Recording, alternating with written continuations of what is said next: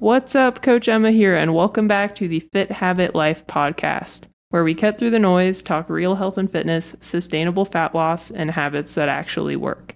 And today I have a super special guest, fellow coach. He's a super awesome coach, Logan DeCamp.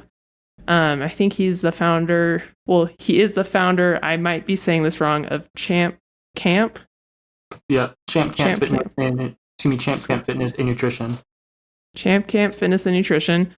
And he's actually local in Utah. So I've gone to his mobility workshops and they're really awesome. So if you're in Utah, I think the next one's September 6th, you were saying? Mm-hmm. Okay, you guys should definitely go to that one because I always feel great afterwards. But anyway, I'm excited to have him on and have him tell his story. So introduce yourself. Thank you, Emma. I'll try and live up to your standards here. You kind of put me on a high pedestal, so I'll try and do my best. I appreciate your kind words. Real quick, before we get started, I do have a stutter, so you're probably going to hear me mess up on a couple of words. I'm probably going to mumble on some things, so please bear with me as I'm still learning how to talk. But I'm Logan. I became a personal trainer in 2020. I've been working in person and online for the past 5 years. I've been able to coach people from 15 to 80 years old. That's part of the reason why I stayed at the big box gym for 3 years, because just got so much hands-on experience. And this wasn't my first line of work. I mean, I have a background in golf course management, and through my college background, I was able to do internships at a bunch of different golf courses in the United States, which was an awesome experience. But got to a point where I was living in Los Angeles, my childhood dream, and just was so depressed with my life. And it was a really, really hard year. And then the world shut down because of 2020, and one thing led to another, and I found my passion through fitness and nutrition, and decided to move to Utah, and here we are. That's awesome. Well, thank you for sharing. And honestly, I mess up too with speaking, and I don't have a stutter. So I think it's going to be just fine.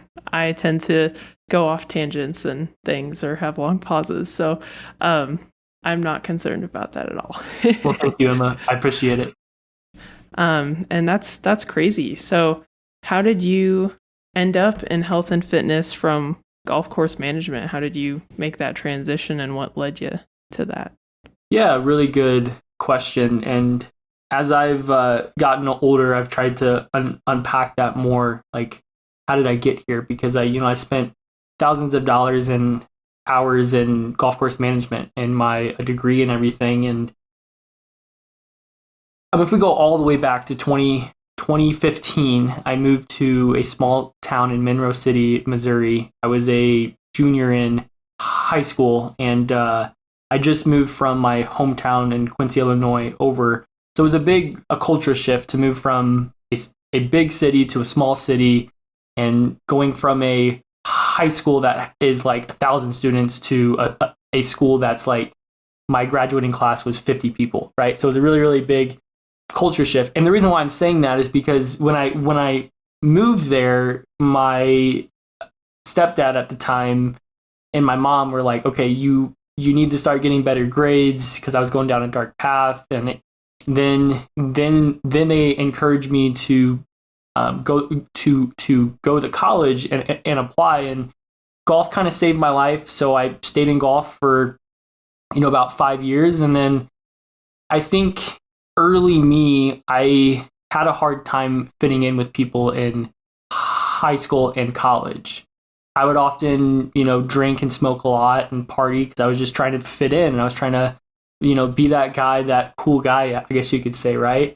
And I think for a while, I just always was trying to, set the bar high for myself and show off, like, oh, hey, I'm working at these cool golf courses.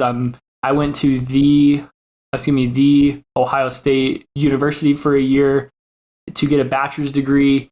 But I think part of it was just like, oh, hey, look at me. I'm kind of, trying to show more significance. And eventually I got to LA, which was my childhood dream, and I just kind of realized that two things kind of hurt in my life is that one, I've been constantly trying to be more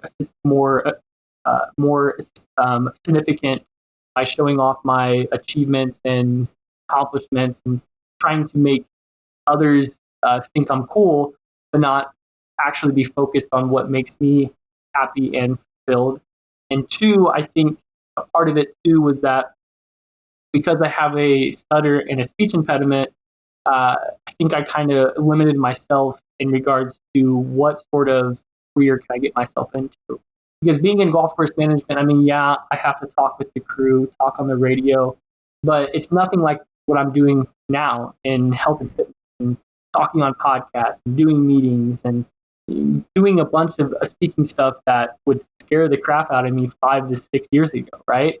So in 2020, when the world shut down, it was kind of a blessing in a disguise for me because, and I know that it was the worst time in the year for the whole entire world, and my heart goes out to everybody. But for me, it just gave me time to step back away from work and just try and unpack why am I so unhappy and depressed with my life, and being able to slow down and figure out what I want to do next.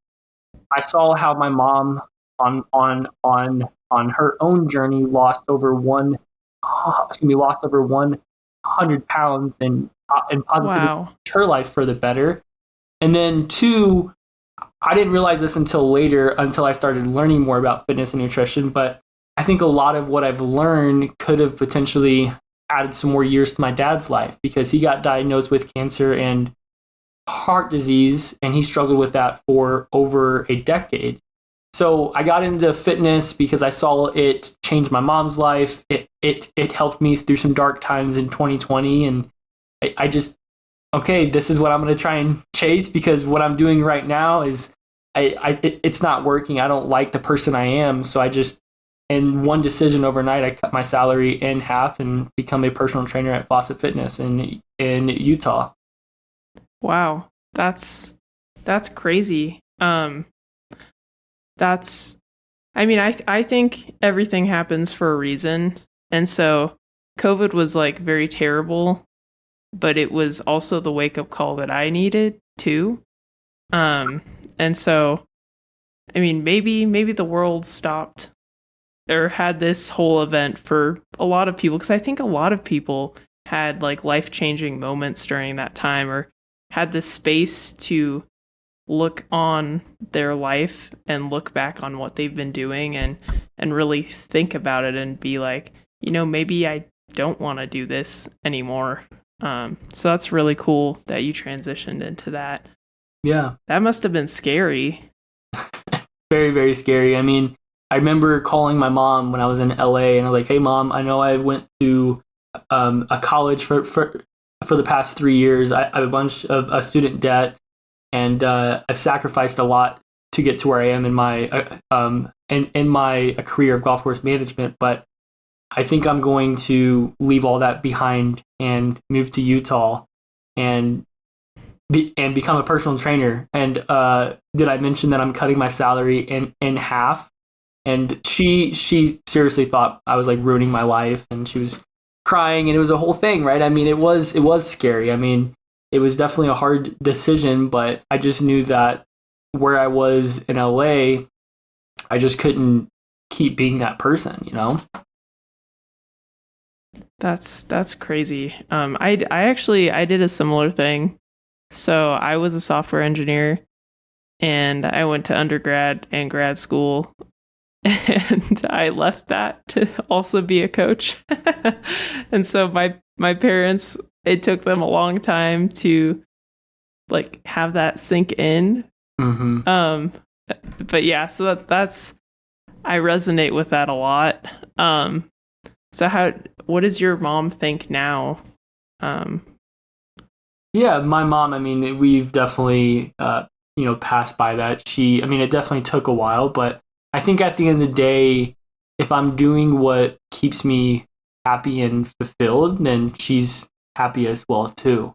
And I think it took her some time to realize that. I mean, in the moment, it was kind of a shock. I just went and stacked up a bunch of student debt at a school like the Ohio State, and it was just a big shock to a lot of people. But I think at the end of the day, if you're doing what keeps you happy and fulfilled, then that's what's more important in life. I mean, I think also too, I got so excited with chasing dollar amount, and if I go work at this golf course, I'm gonna be making more and doing this and this and that. But at the end of the day, that's not what keeps you happy and fulfilled. Yeah, totally resonate with that. That's awesome. So how did you, or what was your fitness journey like growing up? And how did that get you into training and into what you're doing today? Yeah, so I remember when I was like 13 or 12 years old, I wanted to go work out at the Y, but I think you got to be 14 years old. So I remember being really frustrated. I couldn't get in the weight room. That was really frustrating for me. So I finally got in the weight room at like 14 years old, no idea what I'm doing.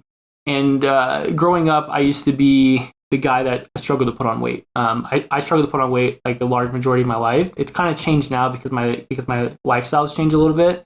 I mean, now I'm training for a marathon, so I'm actually consuming more food than it's an ungodly amount of food. But my fitness journey has been, I used to be obsessed with bodybuilding.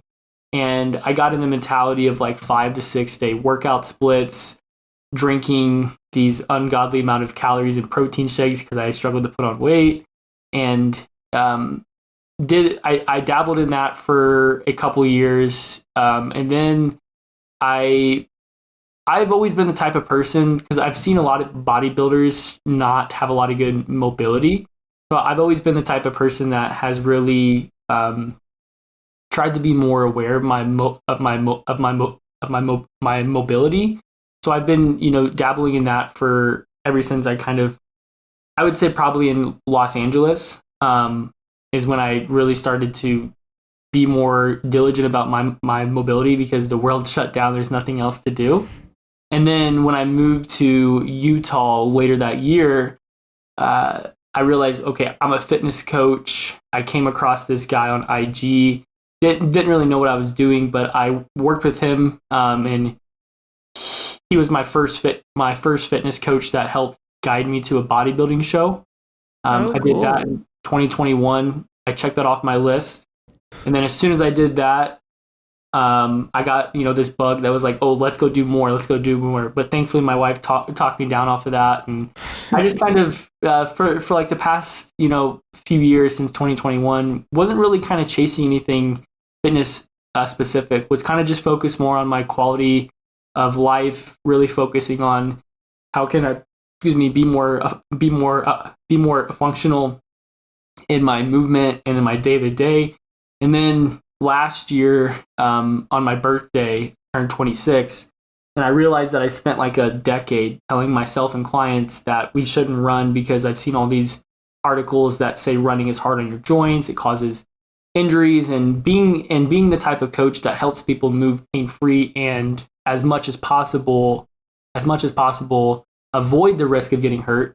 It didn't make sense for me to try running or tell other people to do it. But then I thought about, well, what's life without a little bit of risk? And that's a poor excuse not to do something, because I mean, every single sport, everything we do in life has risk. And unfortunately, I could walk out my door and hurt my hip. I mean, it's hard to say, right? So I started working with a running coach in the summer of last year, and one thing progressed to another, and somehow I'm running a marathon next month. So that's awesome. So from bodybuilder to marathoner. Yeah. That's pretty cool. Cool. So during this training, how has it progressed, like nutritionally? Like how has your mindset changed nutritionally over the past like couple years from bodybuilding to marathon running? Really, really good question. I'm glad you asked. So bodybuilding, it was kind of, now that I'm looking back on it right now, speaking with you, it was kind of like this, like, I would often try and tell the clients I'm working with that we shouldn't be obsessed with macros and counting calories and doing all this thing. But on the other end, I was training for a bodybuilding show, obsessed about macros, obsessed about calories, would often skip going out to eat because I have a very strict diet I'm trying to follow because I'm training for a bodybuilding show, which that requires me to get like 5% body fat for, right? So it was kind of a mixed match. Like I was not aligned with my purpose, I guess you could say, and more practice what I preach. So as I transitioned out of bodybuilding, I started to live more by like my word. I don't really track calories that much. I pay more attention to how food makes me feel. I know and understand, what a certain amount of protein looks like in my diet, which is all skills that we can build over time and that I teach our clients as well too. But then as I progressed into running, I realized my activity levels are starting to go up and I'm not eating enough. Like when I was training for my 5K, I remember even my half marathon, I remember that my coach was like, now this was like a whirlwind for me because I've always tried to stay away from added sugar because I know that that's not good for your gut. And there's a lot of other studies that show how impactful that can be on your health. But my coach was like, oh no, I need you to drink soda and stuff that has calories in it because I'm doing so much activity that added sugar is actually being used for energy. And I need those things to help me get enough calories and nutrients I need so I'm not losing weight at a rapid pace, because the faster I lose weight while running, the greater my risk of getting hurt is. So I've had to really kind of change my mindset to like, okay, I just need to not just go crazy, like just eat pizza and drink all these, do all this stuff, right? Like I don't do that because I still want to eat food and eat in a way that makes me feel good on a daily basis. And when I say feel good, I know that's like some ambiguous saying feel good, right? But what I mean by that is have more energy, have good bowel movements, be more productive, have more focus, being able to sleep good at night, not to have a lot of bloat, things like that, right? Like I'm trying to eat in that way, but I'm also being more mindful of like, okay, I need to make sure I'm eating a lot of carbs in my diet. I need to make sure that I'm actually like, it's not with me right now, but like I used to buy the no sugar body armors that you've probably seen. I'm like, no, I need the regular ones now that have the sugar, right? And I'll sometimes, like not all the time, I'll drink a soda or two throughout the week, just trying to get some more calories. So that's been a really big shift for me, is going from staying away from added sugar to now like, oh no, I need those things because that actually gives me quick energy that I need to help fuel my performance for the specific type of activity that I'm doing. Yeah, that totally makes sense. I was a D1 athlete, and at the time I was like very restrictive with my food, so only whole foods. And I was training like 3 to 4 hours a day. Obviously, my performance was tanking. I was losing weight, which I had a poor body image, so I was excited about it. But yeah, I wished I knew then what I know now, because yeah, I probably did need to have just regular Gatorade around all day, just to get more carbs in. And so that's cool that you're realizing that's probably helping you recover quite a bit more and perform quite a bit better. Yeah, it's crazy. I've actually gained 10 pounds while training for this marathon, which is kind of wild. Wow. And I don't think it's a lot of body fat. I mean, it might be a little bit, but like, here's the thing: when it comes to performance, aesthetics kind of takes the wayside a little bit. Like, if you're in the pursuit of performance, like you have to be eating in a calorie surplus, depending on the type of activity you're doing, of course. But the more you eat within a little bit over maintenance, the more you're going to be able to perform, the more you're going to be able to train harder and intense and not increase your likelihood of getting hurt. So I don't think all those 10 pounds I gained has been body fat. Like, I do believe a lot of it's been muscle as well too, because I've had to buy shorts recently, not because my waist is not fitting, but because my legs don't fit them anymore, right? So I think some of it might be muscle. Of course, again, I can't really say, I'm just speculating because I didn't get any scans or anything, but I just think it's odd how I used to, for the longest time, think, oh, if I start running, and plus being the guy growing up that struggled to put on weight, running and doing all this stuff I'm doing now, I thought for sure I'd be dropping weight super quick, but I've actually gained 10 pounds. That's crazy. Yeah.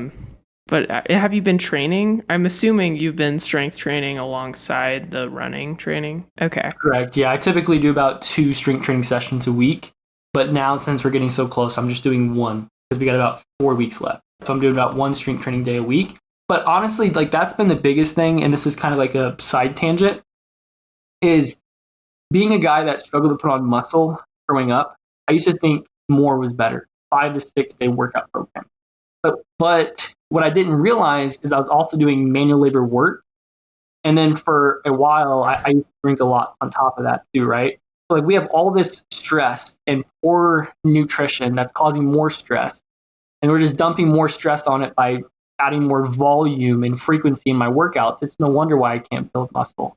And then when I shifted, and now of course this might not be the case for everybody, but a lot of our clients I've seen in our program, working out 2 to 3 days a week is like been a mind-blowing experience, the amount of progress that I can make in regards to building muscle, being able to get stronger, and just overall feel better. Like, more is not always better, especially when it comes to performance, building muscle, and getting stronger. Yeah, totally agree. I I was a D1 athlete, so tend to overdo it, I'd say, is an understatement. And I hired my first coach like in end of April. And I was training 6 days a week. He pulled me back to 4 days a week, and I lost weight because I lost inflammation. Wow. Yeah, I lost, like, and you can tell, like, from the first 2 weeks with him, like the progress photos, it was just like inflammation was like leaving my body. My face was less puffy. I felt better. I was recovering better.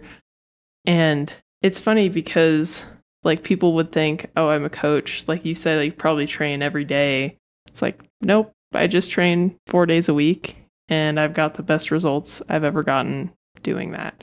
Yeah. And I bet your joints felt better, and your sleep probably got better as soon as that chronic inflammation went down as well too. Like, I think a lot of people these days are just chronically inflamed. They just don't realize it because we've gotten away from what normal is supposed to feel like. Yes. Yeah. I've been getting crazy strong. And the other thing, so I was also the coach that is like, you don't need to do cardio because, I mean, realistically, a lot of our clients don't really enjoy it.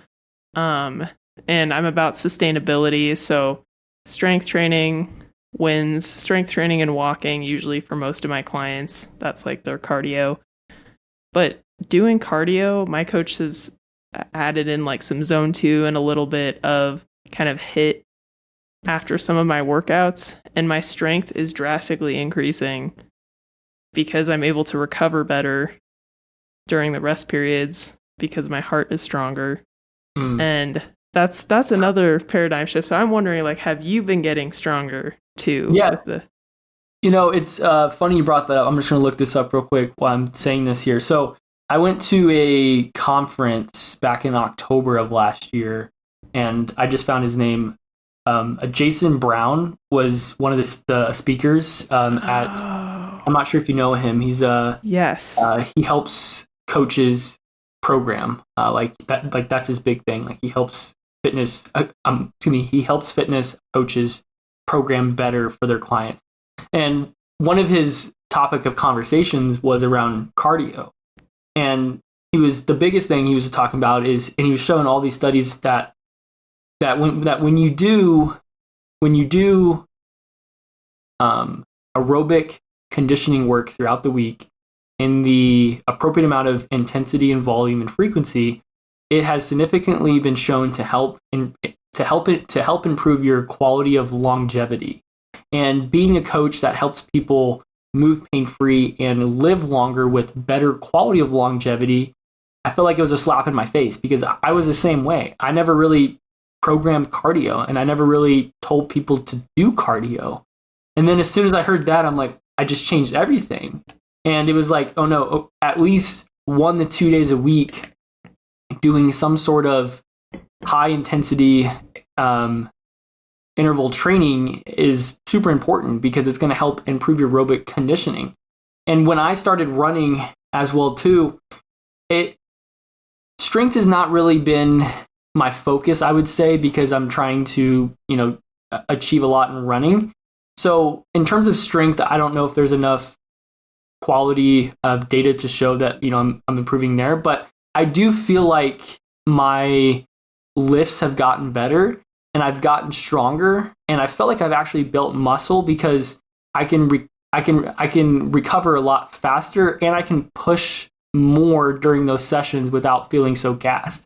Like, for example, go and do 10 barbell back squats, and a lot of people are going to be huffing and puffing, and they're going to take a while before the next set. But if you're doing some aerobic conditioning work, you're going to be able to do those 10 back squats. Yes, you're going to huff and puff a little bit, but not nearly as bad, and you're going to be able to recover faster for the next set. And it's just a positive snowball effect from there. Yeah, and it's since hiring, because I listened to Jason Brown. He had a talk at the Real Coaches Summit that I went to. I think it was like April 2024. Oh, cool. And I was like, oh, that's cool. That's fun. But I didn't apply it, because I was like, realistically, like, my clients probably aren't going to do that. But now that I've been with my coach and I've seen a difference in my performance and body composition, I might start to add it to people. I'll talk to them about it first. I'm not just going to throw it in there.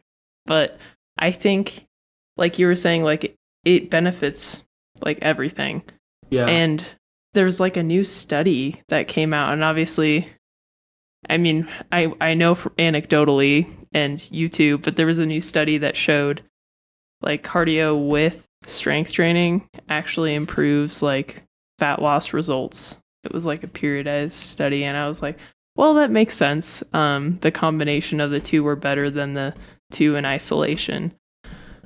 Which is important to note. Like, it's the cardio and the strength training, because I mean, yes. I've done trainings in the past, and I'm sure that you probably know this as well too. And this is a whole different can of worms and a different conversation. But there's been studies that have shown, like, there's a popular 10-year study in northern Tanzania, which I'm not sure you've probably heard too, where they observed these people that live like cavemen, that walk, miles and miles a day. They hunt for food. They do all this activity. So you would think they're burning all these calories on a daily basis. Well, what they found is they're burning at rest the normal amount, like a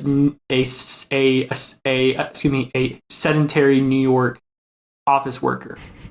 And the reason why is because our body has this amazing ability to adapt to the demands that are placed upon it, right? So doing strength training with cardio, those two combined can really unlock a lot in terms of body recomposition, strength, performance, recovery, and even just your quality of longevity from a physiological standpoint. Like, another thing too is a lot of people don't realize they have high blood pressure. It's like the silent killer in America, unfortunately, because it often goes unrecognized for years and years and years.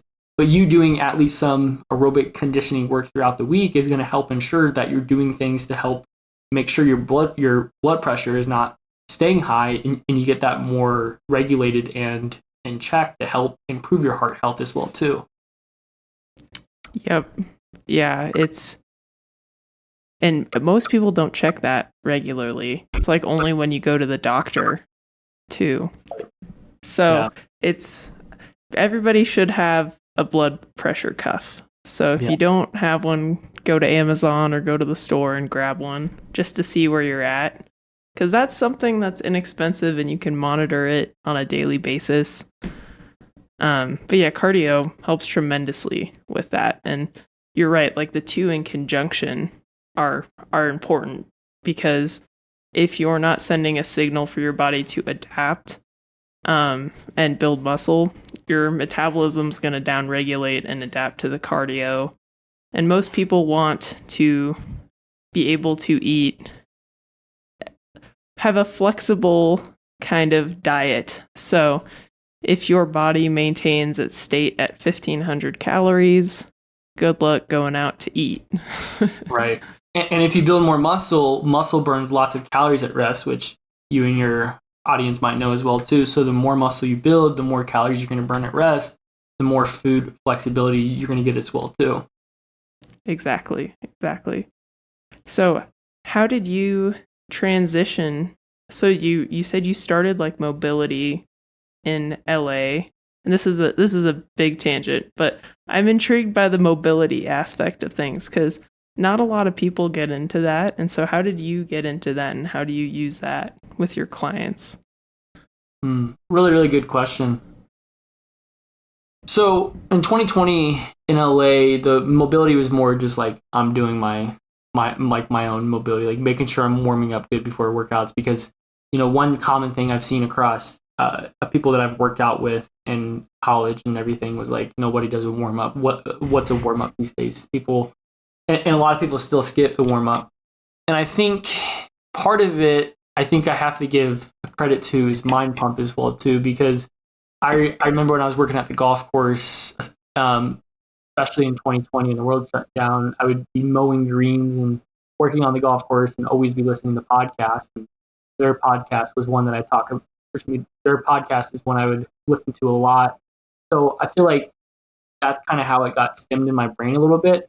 And then two, I remember in 2020 when I became a personal trainer, kind of a weird transition, because I had like a couple meetings with a fitness team lead, which is like the manager for the trainers. It was like 2 or 3 meetings, and then like a week later, like, okay, there's somebody on your calendar, and I want you to train them.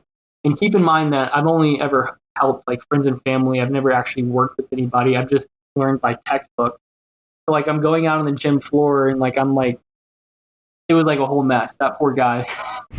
Thankfully, he stuck with me for like 6 months though, and he wrote a good review, which was awesome. But that's awesome. In those first couple of months, I think I saw just how movement dysfunction people are. Like it blew my mind.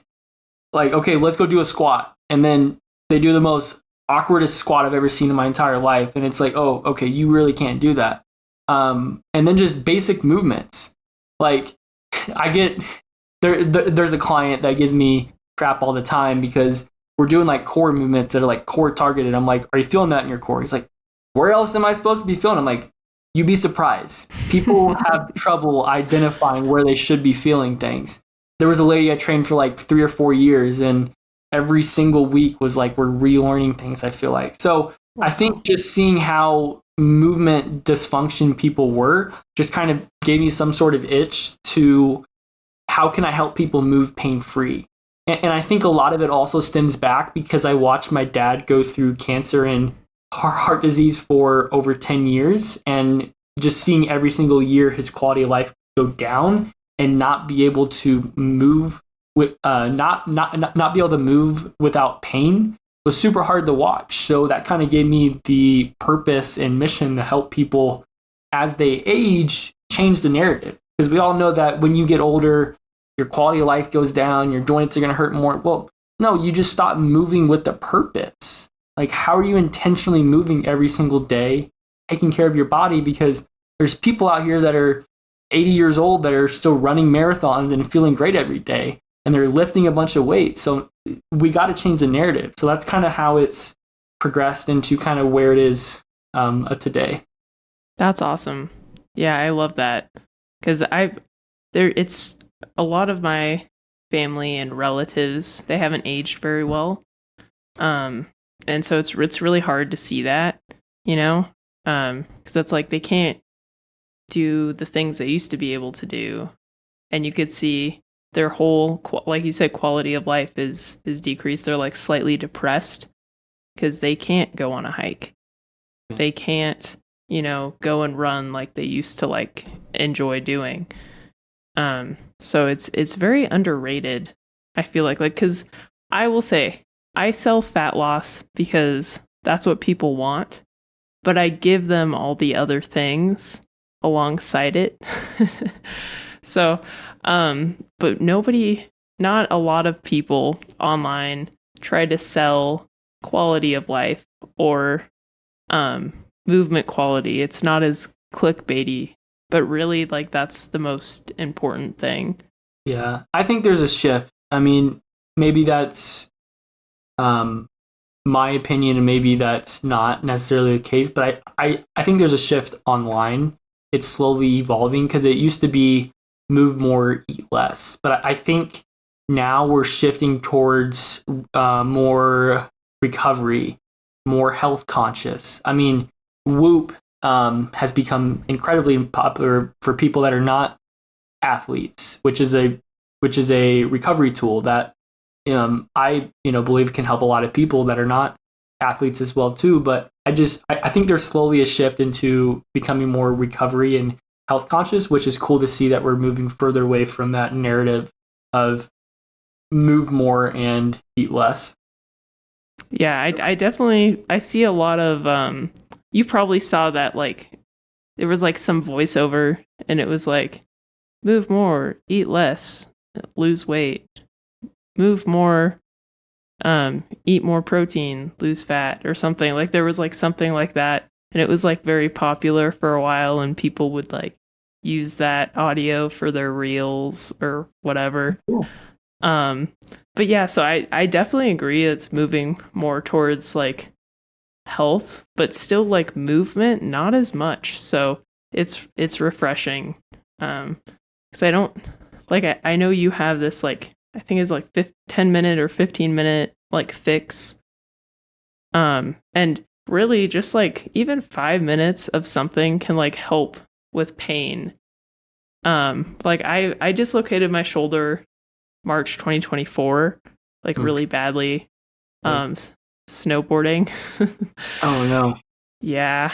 And I still have pain. Like it was a really bad one. I'm stronger than I have ever been, but I just still have a little bit of nagging pain. And if I just like use a lacrosse ball, roll out my chest, roll out my rotator cuff a little bit on the wall, it just feels better already. So it doesn't take a lot.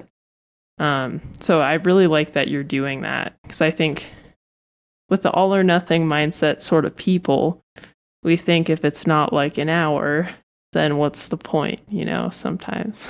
Yeah. I think a lot of people are stuck in all or nothing thinking without even realizing it too these days. Because I mean, it's just unfortunately, for lack of better word, kind of become the norm in the society because we see social media and we see people that have more time to devote to their health doing all these crazy things, and then we get this false narrative in our head thinking that we're not doing enough, and if we can't do enough, then we might as well do nothing at all. So we just kind of get this negative resolving loop that we just don't do anything. And really, if you do something, 1 minute, 2 minute, 3 minute, I mean, anything is better than nothing, right? So there's a famous quote, I think it came from Precision Nutrition, maybe Dr. John Bernardi wrote it, but it was like, all or nothing rarely gets you all. Usually it gets you nothing. So instead, always something. I like that.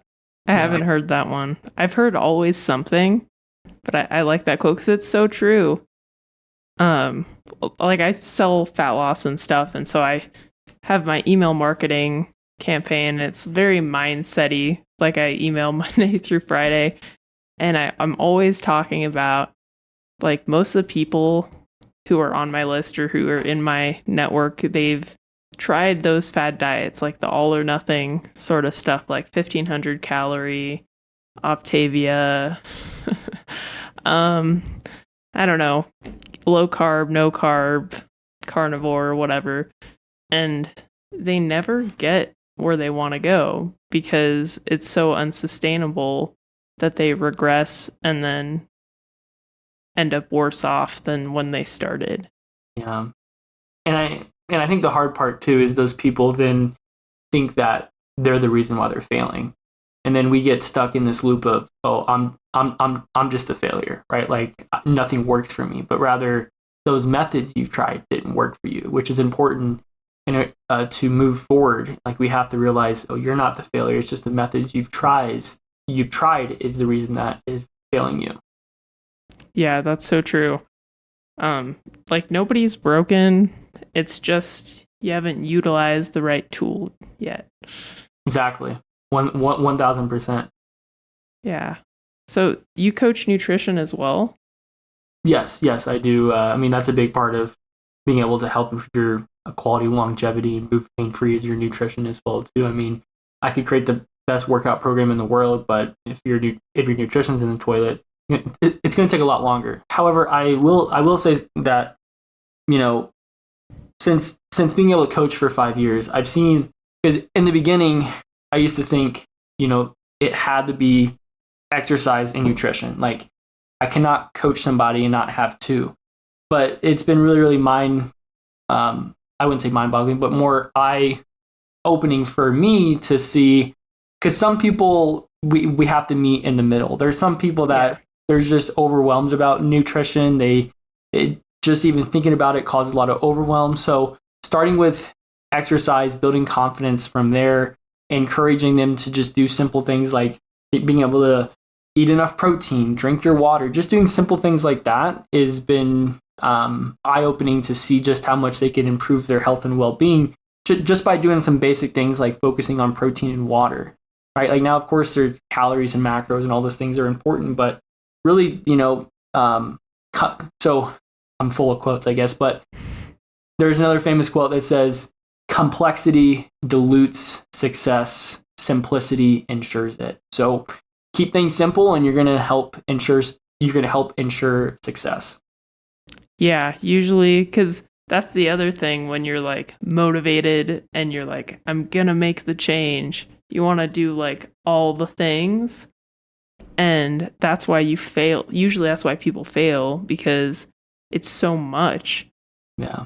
And yeah, like you said, just focusing on one or two things, like that tends to be the key, and like slowly building upon them once they're like, you don't even have to think about them anymore, you know? So for some people, yeah, it might just be starting to train with you like once or twice a week. And then they are in the habit and routine and they're like, hey, Logan, what about protein? And you're like, protein's great. Let's start talking about it. Yeah. I mean, I can't remember who wrote the book right now. It's on my bookshelf. James Clear, in Atomic Habits talks about if you get 1% better each day for 1 year, you'll be 37 times better by the end of year one. Just 1% better each day. So, I mean, if you get 1% better every single day, in 1 year, you're going to be 37 times better. So, I mean, just doing something small over time has big impact in the future. It totally does. I love Mind Pump too. So a lot of my clients, I use like the MAPS 15 kind of styled programming where it's like 1 to 2 exercises, maybe 3 a day, instead of like trying to chunk out like an hour 15-minute workout a couple times a week. And people are always like, this is ridiculous. This is like nothing. And then after like doing it for a month, they're like, whoa, this is great. I'm getting great results because they're actually consistent. That's awesome. Yeah, I mean, I made a resource called the 15-Minute Fix you briefly talked about earlier. And it's basically some studies have been getting popular. It's still very new, but they were talking about movement snacks, which I think Mind Pump's 15-minute, I forgot what it's called, that they developed that they have for Mind Pump. But I think it's similar in regards. But basically what we do in the 15-minute fix is that we have like 3 to 5 movements in a circuit that takes about 5 minutes. And you do that 2 or 3 times a day. And you have mobility, you have body weight, you have bands, you have dumbbells, and I believe those are the different types of modalities that you can use. And then there's also some aerobic conditioning work involved, right? And it's all about doing 10 to 15 minutes of movement a day, 2 or 3 times spread out throughout the day. So that's awesome. So what type of aerobic like conditioning do you have in there? So one simple thing people can do is like go walk up the stairs for like 5 to 10 minutes, right? That's easy one. Just go walk stairs. That's going to be good aerobic conditioning. Another simple one you could do is walk up some hills around your neighborhood. If you have a bike at home, my favorite way to do some high intensity interval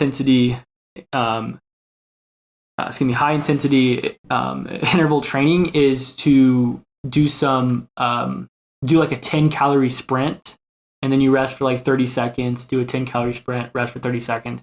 You do that for 5 minutes or 10 minutes. That's a really good way to get some aerobic conditioning work in as well too. That's awesome. Yeah, and those are, most people have access to, well, especially in Utah with the hills, have access to one or more of those. Yeah. And the bike is the most simplest way too. Like being able to get a stationary bike would be good, or like a treadmill at home. Swimming's also like another really good aerobic conditioning workout too. If you have that luxury. Doing basically, you could do some jumping jacks. You could do jumping jacks for 5 minutes if you wanted to. That's good aerobic conditioning work. You could do some modified burpees, because I don't think burpees are, unless you have good form, but like modified burpees are a good exercise that we use with like a lot of our clients.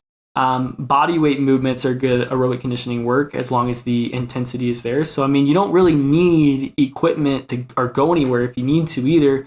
Like some jump ropes even if you want, right? Like make it fun, I think that's what a lot of people are missing when it comes to aerobic conditioning work. Like, oh, I'm gonna get sweaty, I'm gonna get my heart rate up, this is gonna suck. Dance even if you want. Put on your headphones. Dancing is a good aerobic conditioning workout. Like, make it fun. Actually, I had an older couple. They were in their mid-70s, and to get more movement in, they enjoyed dancing. So they would dance. It's a good workout. It's a good workout. I go to a concert and then I look at my Whoop. I'm like, dang, that was a lot of strain doing that, going to a concert, right? So, it's a really good workout, dancing. Yeah. And the key too for like everything is like there's so many things. Find the thing that you like really enjoy. Because then it's easy. It's like not a chore to go and do your conditioning or exercise, daily movement. You're actually probably looking forward to it. 1000%. Yeah. So before running, what did you do? Any form of cardio, or was that kind of like the first thing? Well, during bodybuilding prep, I was on the Stairmaster a lot, which was not fun. That sucks. Was more, yeah. I was on the Stairmaster for like an hour some days, because I'm prepping for a bodybuilding show. I think I dabbled and I did some bike intervals. I found out quickly I don't like the bike. I used to swim during half marathon training because I was trying to, I had a goal for a bit there to swim a mile. I need to revisit that goal. So that's kind of some of the aerobic conditioning work that I've dabbled in is swimming, Stairmaster, which is never fun. Bike intervals, I could do it, but it's not my favorite. I really like the air bike, so I like doing that. Okay. I hate the Stairmaster. That one sucks. I had to do that today for my hit. Fun. Thanks, Coach. But yeah, I was a water polo player, so I really love swimming. Hard to find a pool in Utah, and I tend to overdo it. I don't know what it is about Utah, but like all the pools are normally just booked out. It's insane how many people swim here. Trying to find a pool at the time that I have available is like trying to do the a Da Vinci Code sometimes. I'm Googling, I got 10 different tabs open. I'm looking at all these different places. I'm like, oh, well, this schedule, nope, that doesn't work. So yeah, it's definitely more difficult. So for those people that have a pool at home, my hats off to you. May I please come swim at your pool next time? That'd be great. Yeah, Utah, like, well, what I've heard, so when I moved here, I wanted to keep swimming and maybe coach water polo for fun. But the only water polo is up north because they've actually like filled in a lot of pools in Utah County because of hazards, like there's like liability. And so all the high schools share like two pools. So like the American Fork and then the Lehigh. So that's why they're booked up. That makes a lot of sense then. Interesting. Yeah. So it's a bummer, but hey, maybe someone listening to this is a city planner and they'll put a pool in Eagle Mountain just because. We can only hope. But anyway, like this was a great conversation. Thanks for being on the podcast. And usually when I end it, I just like to give you the floor. And so what would you like to leave our audience with? Ooh, well, what I like to learn. Okay. I think one thing that I think would benefit, I believe would benefit a lot of people that if they made it this far, because I'm assuming, Emma, if I'm not mistaken, some of your audience is looking for how they can continue to improve their health and well-being. Maybe they've tried lots of different diets. They're feeling kind of stuck and lost. And I believe one thing that would help them is something that came from my good friend and mentor, Nick Ross. And what it is being able to win the day. And what I mean by that is identify 1 to 3 things that is simple that you could do given your circumstances. Do that for 30 days. And every day you do it, it's a win on your calendar. So for example, if you do, all 3 things, it's a win. And if it's not, it's an L. And you just learn from that experience. And you can build sustainable habits by doing that. And again, if you get 1% better each day for 1 year, you'll be 37 times better. So imagine doing that win the day framework for the next year. I mean, you're going to be a totally different person next year just by doing that. So I hope that gives you value for those that are listening in. And if you want to find me at all, I hope that's okay to mention my social media. So that's actually the last thing that I do is I say, where can the audience find you? So the before last thing. So anyway, where can our audience find you? Yeah, so I'm on Instagram at Champ DeCamp and then on Facebook at Logan DeCamp. And I don't remember what my TikTok is, but I'm sure you can find me at Logan DeCamp on there as well too. Sweet. Yeah, I'll tag those in the show notes. And thank you so much for being on the podcast. I appreciate your time. This was a great conversation. And I know that whoever's listening is going to get at least one nugget from this episode. So anyway, if you're listening and you made it to the end, thank you. We appreciate you. Please share the episode or rate the show. It helps us get in front of more people and it helps us help more people. And that's the goal of this show. So anyway, thank you for listening. And I'll catch you guys on the next one.